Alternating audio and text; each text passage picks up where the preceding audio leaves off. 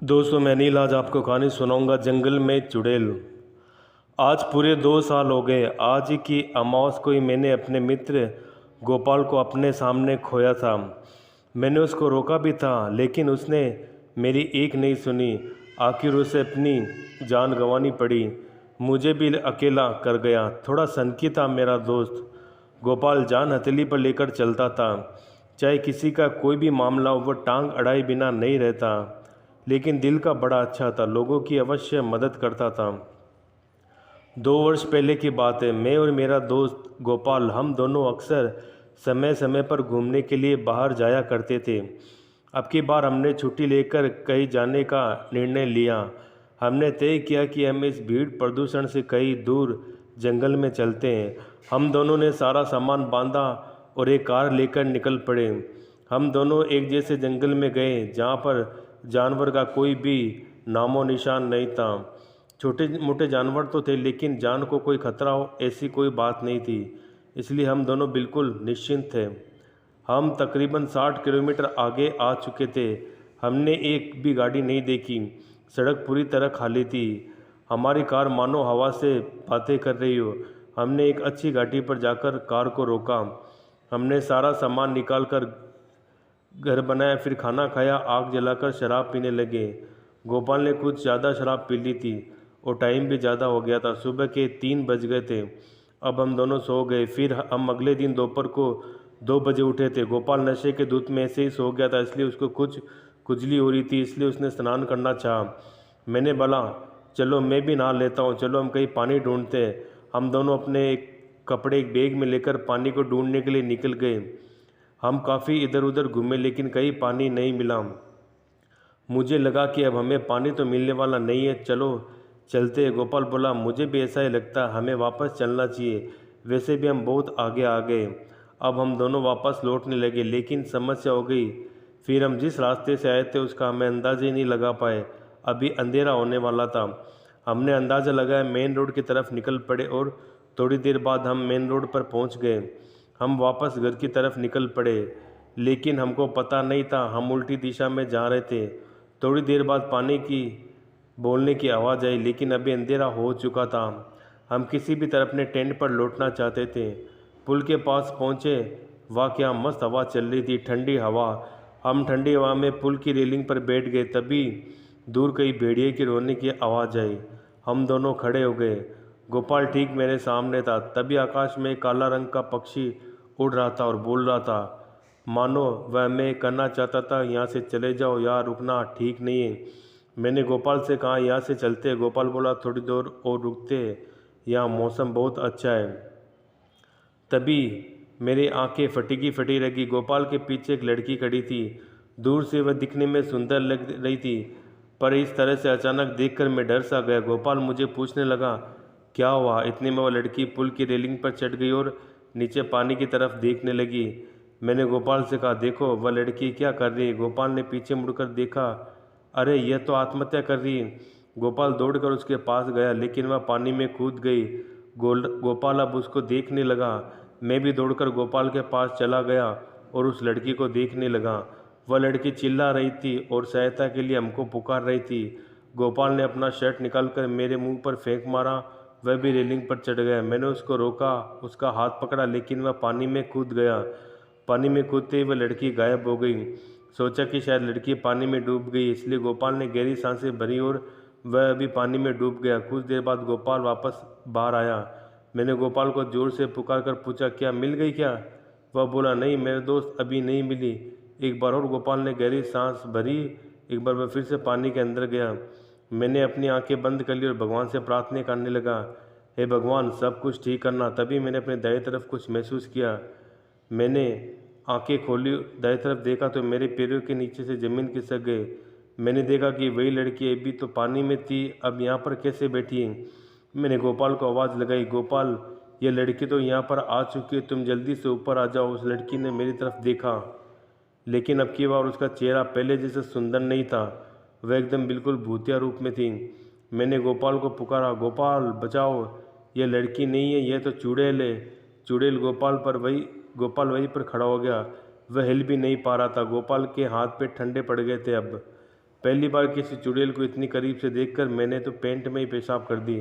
वह लड़की मुझसे बोली, तुम चिंता मत करो, मैं तुम्हें कुछ नहीं करूँगी, मैं तुम्हारे दोस्त को खाऊंगी। अब मेरी धड़कनें बढ़ने लगी। मैंने गोपाल को बोला, गोपाल जल्दी पानी से बाहर आओ, नहीं तो यह चुड़ैल तुम्हें खा जाएगी। अब गोपाल के हाथ पैर बिल्कुल ठंडे पड़ गए, वहीं पर खड़ा रहा। एक बार फिर चुड़ैल लड़की पुल की रेलिंग पर खड़े होकर गोपाल के ऊपर कूद गई और गोपाल को पानी के अंदर ले गई और मैं ऊपर से चिल्लाता रहा, गोपाल गोपाल गोपाल। कुछ समय बाद पानी से खून दिखने लगा। अब मैं समझ गया था मेरा दोस्त गोपाल इस दुनिया में नहीं रहा। इस सदमे में को मैं सहन नहीं कर सका, वहीं पर बेहोश होकर गिर पड़ा। सुबह हुई तो मैंने अपने आप को 4-5 लोगों से घिरा हुआ पाया और जल्दी से उठकर पानी की तरफ देखा। मैंने देखा तो गोपाल की लाश पानी में तैर रही थी। मैंने गांव वालों से पूछा कि वह लड़की कौन थी। लड़की तो नहीं है, लड़की तो कम और चुड़ैल ज़्यादा लगती थी, उसी ने मेरे दोस्त को मारा। गांव वालों ने मुझे उस लड़की के बारे में पता चला। उस लड़की का इतिहास 300 वर्ष पुराना है। किसी राजा और मंत्री ने उस लड़की का गलत कार्य किया। यह बात धीरे धीरे पूरे गांव में फैल गई, इसलिए सभी लड़कियां उसके ऊपर ताना मारती थी, उसको छेड़ा करती। उसके पति ने भी उसको छोड़ दिया था। फिर वह लड़की अपने मायके चली गई। मायके में भी वही समस्या रही, उसके परिवार वाले और गांव वालों ने उसको जीने नहीं दे रहे थे। फिर एक दिन वह लड़की इस पुल के ऊपर आई, उसने इसी पानी में कूदकर अपनी जान दे दी। तभी से वह लड़की सभी लोगों को जान से मारकर उनका खून पीती है। गांव वालों ने यह भी बताया यदि वह लड़की 117 लोगों का खून पी लेगी तो वह फिर से सुंदर स्त्री बन जाएगी, इसलिए अमावस की रात को जो भी दिखता है उसको मारकर उसका रक्त पीती थी। इस अमावस्या की रात के बाद वह लड़की फिर से वहाँ पर कभी नहीं दिखी। मेरे दोस्त गोपाल की मौत उसका आखिरी 117वां शिकार था। इच्छाधारी नागिन और चुड़ैल। बहुत वर्ष पहले की बात है। राधेपुर नामक एक गांव था। गांव में सभी लोग एक साथ मिलजुल कर रहते हैं। जब भी कोई त्यौहार आता तो सभी लोग एक साथ मिलजुल कर मनाते। सभी एक परिवार की तरह रहते हैं। हर ज़रूरत के समय एक दूसरे की आवश्यक सहायता करते। राधेपुर गांव के नज़दीक एक जंगल था। उसी जंगल में एक इच्छाधारी नागिन एक मंदिर में निवास करती थी। गांव वाले अक्सर वहां पूजा करने जाते थे और जब भी कोई मुसीबत आती तो वे सब इच्छाधारी नागिन को याद करते। उसी गांव के नज़दीक एक चुड़ैल रहती थी।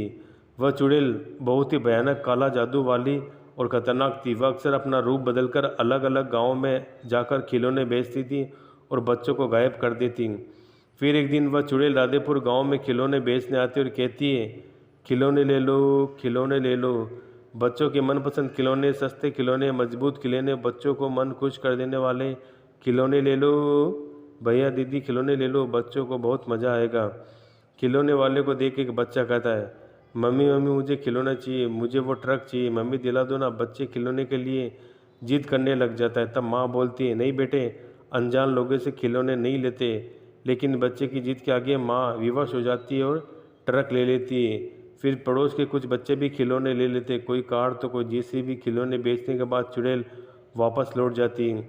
जैसे ही रात होती है चुड़ैल कहती है, मेरे प्यारे खिलौने मेरे पास आओ, सभी बच्चों को मेरे पास लेके आओ। चुड़ैल के ऐसा कहते ही सभी खिलौने जिंदा हो जाते और अपने आप चलने लगते हैं। चुड़ैल अपनी जादुई शक्ति से बच्चों को अपने वश में कर लेती और जिन जिन बच्चों ने वह खिलौने खरीदे थे, खिलौने के साथ साथ वो चलने लगते हैं। खिलौने धीरे धीरे बच्चों को चुड़ैल के पास ले आते हैं। बच्चों को देखकर वह चुड़ैल बहुत खुश हो जाती, कहती है, आज तो मैं बहुत खुश हूँ, आज एक साथ पहली बार इतने सारे बच्चे आए। फिर कुछ समय बाद वह चुड़ैल बच्चों को अपने तय खाने में रख लेती है। फिर कुछ समय बाद बच्चों को होश आता है और बच्चे डर जाते हैं, रोने लगते हैं। बच्चों को रोता हुआ देख चुड़ैल बहुत खुश हो जाती है, बच्चों को डर कर फिर से रुलाती है। इधर गांव वाले परेशान हो जाते हैं, किसी को कुछ समझ में नहीं आता कि बच्चे अचानक से कहाँ चले गए। सभी गाँव वाले इच्छाधारी नागिन के मंदिर में जाते हैं और बोलते हैं, देवी हमारी मदद करो, हमारे बच्चों का आता पता नहीं कर पे, हमारी मदद कीजिए। इतना कहने के बाद इच्छाधारी प्रकट होती है और बोलती है, घबराओ मत, मैं आप सबके बच्चों को वापस लाऊंगी। फिर इच्छाधारी नागिन अपनी नागमणि से बच्चों का पता लगाती है और गांव वालों से बोलती है, जो औरत गांव में खिलौने बेचने आई थी उसी ने इन बच्चों को गायब किया है। वे वास्तव में एक चुड़ैल है, ना कि कोई इंसान। फिर इतने में नागिन उन बच्चों को लाने के लिए चली जाती है। कुछ समय बाद चुड़ैल के पास पहुंच जाती है और बोलती है, चुड़ैल बाहर निकल और बच्चों को छोड़ दे। तभी चुड़ैल बाहर निकलती है, बोलती है, ए नागिन, यहाँ से चली जाओ वरना मैं तुम्हें मार दूंगी। फिर उसके बाद दोनों के बीच एक खतरनाक युद्ध होने लगता है। चुड़ैल अपने काले जादू की शक्ति से नागिन पर हमला कर देती है और नागिन को नीचे गिरा देती है। फिर इसके बाद नागिन बहुत क्रोध में आ जाती है और चुड़ैल को डस लेती है। एक ही बार में चुड़ैल का काम तमाम कर देती है। फिर बच्चों को छुड़ाकर गांव वाले के पास ले आते हैं। फिर गांव वाले अपने बच्चों को देखकर बहुत प्रसन्न होते हैं और कहते हैं, बहुत बहुत धन्यवाद देवी आपका, जो आज आपने हमारे बच्चों की जान बचा दी। फिर कुछ समय बाद इच्छाधारी नागिन मंदिर में वापस चली जाती है। तो दोस्तों आज के लिए इतना ही। तब तक के लिए धन्यवाद। आप लोग जहाँ भी रहें सुखी रहें, यही प्रार्थना करता हूँ मैं भगवान से। धन्यवाद दोस्तों।